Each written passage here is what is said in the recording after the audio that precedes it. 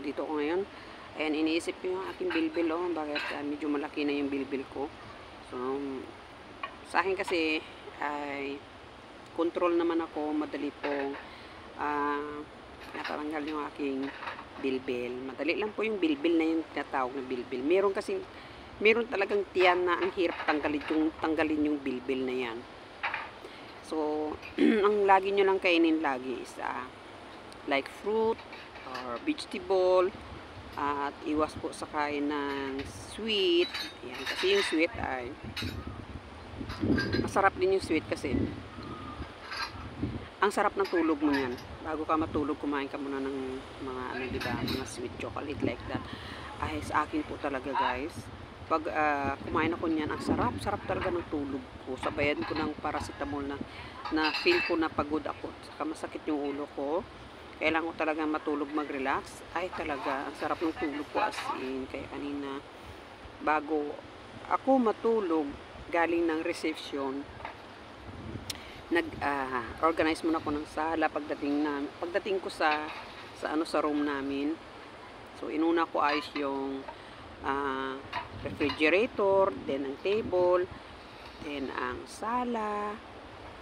Inayos ko yun ng isa-isa para kahit may housekeeping, ako po ay naglinis din, nagwalis, nag-washing machine sa automatic, sinampay ang mga damit, at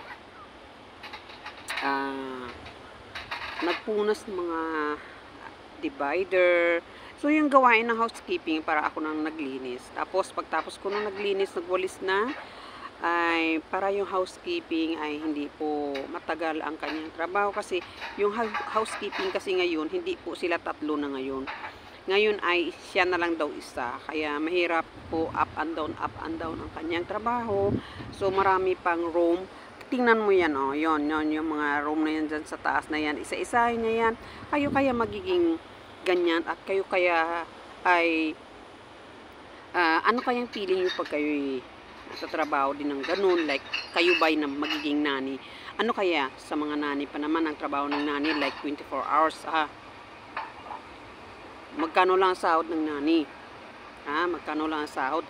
Tapos yung trabaho pa, mula paggising hanggang umaga, madaling araw, utos-utusan pa, tawagin pa. Ano yan? Parang hindi nyo feel yung trabaho nyo. Kayo, nagtatrabaho kayo. Like dito, nagtatrabaho kayo, half day lang.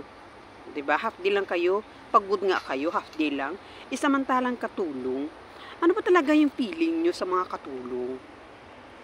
Ba't ang baba ng tingin nyo sa katulong? Ano naman? Pareha naman sila. Pareha naman yan silang tao na kapareha natin. At saka yung parang ang damot pa nila. Ang damot talaga. Meron talaga mga madam, mga employer na ang dadamot talaga. As in, mabigat sa bulsa nila magbigay ng mga like na bigyan nila ng time ng privacy na ang katulong nila ay maging happy naman. Hindi yung puro lang sila laging gustong happy. Diba? Gusto nila sila lang lagi nakakatanggap ng pera, nakakatanggap ng mga gift, mga ano. Ipipil nyo rin. Feel nyo rin na kasi kayo, diba? Mag-shopping kayo para kayong one day millionaire. Totoo po yan. Talagang totoo po yan sa mga kalahi dito. Pag may pera yan, ubos-ubos yan sila. Diba? Pa-donate kayo sa ibang mga, kung anong may mga narinig kayong ganito, ganyan. Pa-donate kayo, ibubulgar nyo, apelido nyo, para maging maging excellent kayo. Kayo ba'y maging famous yung apelido nyo? Naku, isipin nyo, priority nyo ang inyong trabahante sa loob ng bahay. Diyos ko, mag-isip. Diyos ko naman. Pag nakatingin kayo sa katulong, sa mga maniho, sa mga gardening, mga ano dyan, ang baba ng tingin nyo. Hindi nyo iniisip na everyday po na sa inyo po yan nagtatrabaho sa inyo. Diba? Dito talaga as in, ang dami kong mga kaibigan na nakikita at nalaman na ang amo nila ang damot-damot. Pag magpunta sila ng mga labas, ay nakatunganga lang yung katulong. Hindi man lang mabigyan ng mga burger o ano. Ang mura-mura lang naman ng burger. Ang bigat pa ilabas sa bulsa nila magbili ng pagkain. Pag maglabas sila, hindi man lang nila iniisip katulong nila, nabilihan nila ng something, like juice, like kung anong makain na maging happy katulong nila. Hindi yung kayo lang laging happy. Bili kayo ng bili.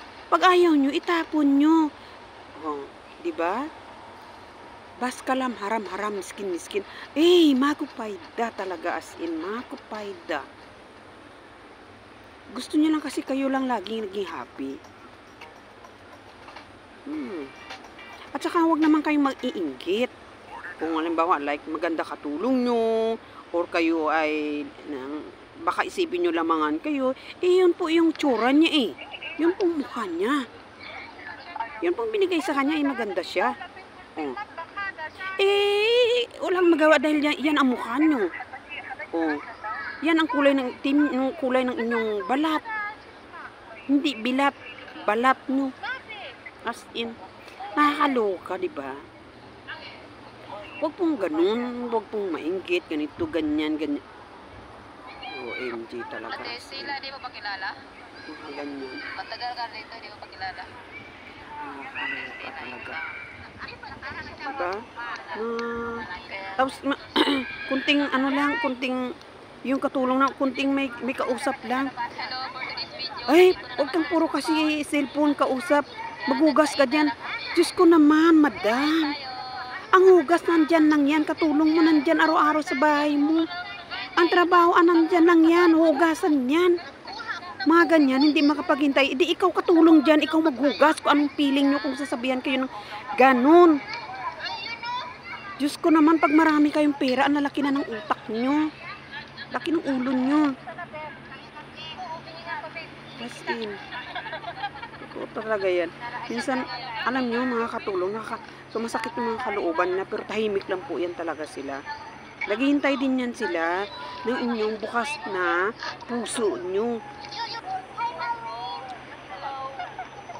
Tapos yung, pag halimbawa, pag kayo'y okay sa katulong, tapos sabihin nyo pang katulong, baka mainggit yung iba. Hindi, kasi nasa amo po yan.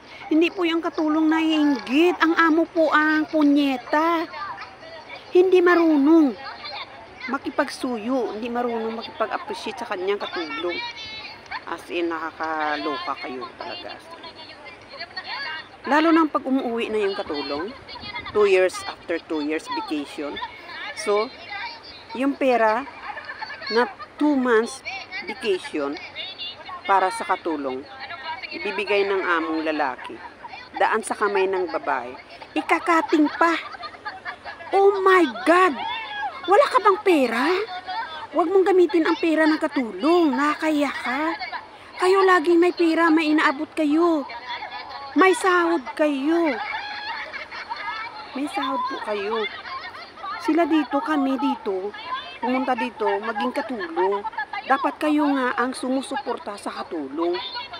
Hindi yung kakatingan nyo pa. Kunting may nabasag, babawas, kunting may kung ano-ano na lang. Wala ba kayong pera? Bakit kayo nangunguha ng pera ng katulong, kinakating-kating nyo? Hindi nyo ba kaya bilhin? Bumibili kayo ng cash na car, bili kayo ng mga gamit na cash. OMG! Ano ba kayo? Nakakaloka kayo, mga amo. Mga 2 years po naman. As in talaga. Diba? Nakakalokang ganun. Wala ka bang pera? Meron kayong pera, imposible wala kayong pera. As in. Buti kayo may inaabot kayo. Tapos sasabihin nyo pang, i-compare nyo pa, ay, ang president nyo ganito, wala kayong ganito. Hoy, pasalamat kayo na napunta kayo, napadpad kayo dito. At pasalamat kayo, pinanganak kayo dito na lugar na kayo'y naging dito. Kayo'y may mga, lahat nandito sa inyo. So, ano ba yung tatawag na share the blessing? Hindi yung kayo lang maging masaya. Huwag kayong damot sa katulong, ha? Shout out dyan, ha? Sa may natamaan. Wag kayo magkakating ng pera ng katulong at wag kayong gumagamit ng pera ng katulong. Nakakaloka kayo. Kayo daw maging katulong. Ha? Trabaho niyo sa isang buwan. Ipunin mo yan para lang makapagsahod. Ang sahod ay, barya lang po yan sa inyo. Pa-shopping kayo, magkano yung presyo. Tapos sa katulong, ang bibigat ng kalooban nyo. Ay, shout out si employer ng ganun. Kumakating pa. Pwede lang, dapat dagdag support pa kayo. Lalo na sa Pilipinas, umuwi, vacation, mga katulong. Maghingi ng support, sasabihin pang, what is your problem? Punyeta!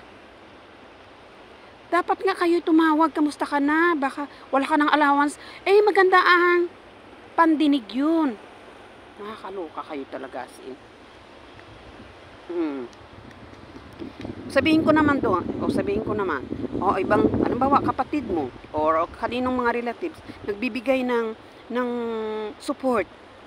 Ang bitbit na pera niya, sakto-sakto talaga, sobra-sobra. Pagdating doon, kinulang pa kasi kulang. Kasi may ginagawa siya, may projects ang inaayos. Eh kayo dito, dinar-dinar kayo, ang laki ng pera nyo. Pag patay ko ng bahay nyo, parang ang bahay nyo, bahay lang, parang building. Katulong nyo, isa lang or dalawa, katulong nyo. Kumuha kayo ng marami, huwag kayong magpapatayo ng bahay nyo, pa-building kayo ng katulong nyo, isa lang. Patrabawin nyo parang machine, octopus, robot. Diyos ko naman kayo, kung magsalita kayo, oo, Diyos ko, useless naman yung patuwad-tuwad nyo, yung ulo nyo sa ilalim, yung puwet nyo sa likod. Nakakaloka talaga, as in. Nakakasakit sa kalooban talaga mga ganun. Hanggang salita lang, papadala kayo ng mga allowance sa dati yung katulong, every month, pero yung katulong yun, hindi nyo iniisip na sila ay nandyan sa live sa inyong bahay, laging araw-araw nagtatrabaho, mag-aasikaso, bantay ng bata, hanggang noong maliit pa hanggang nagdaglaki. Hindi ba nakaisip yung mga ganun? Diyos ko naman. Oo, sabihin may sahod ka, pero iba yung bukas sa puso na hilala. Alam nila yung mga patakaran, pero pabingi-bingi lang. Ay, professional kayo ha, pero ayusin nyo. Kasi sinashout out kayo ng ibang lugar. As in. Nakakaloka talaga, as in. May sahod kayo, may inaabot kayo. Huwag sabihin wala kayong pera. Huwag nyo gamitin ang pera ng katulong ha. So guys, huwag pong magtagal ang aking minutes. So thank you so much sa inyong lahat. Dahil na masakit lang talagang kalooban ko sa mga kapwa kong katulong, as in talaga. Nakakaloka. As in, sila enjoy sila. Yung katulong nila parang baliwala lang sa kanila. Padala kayo ng pera sa ibang mga tao. Hindi man lang nagtatrabaho sa inyong bahay. Diba? Isipin nyo yan. So guys, thank you so much sa inyong lahat. Mega love shoutout sa inyong lahat. So like and share. Ako nga pala si Juicy Sweet 76 Vlog. So ako ay nagsasalitang tutulong naman kasi ang dami ko nakikitang ganun. Alam nila yan pero nagpabingi-bingi lang. So lalo na sa mga indemnity. Huwag po kayong pabingi-bingi. Alam nyo yan. Pero ang throwback, karma, didma, babalik po talaga yan sa ibang paraan. So guys, thank you so much. Bye and love you.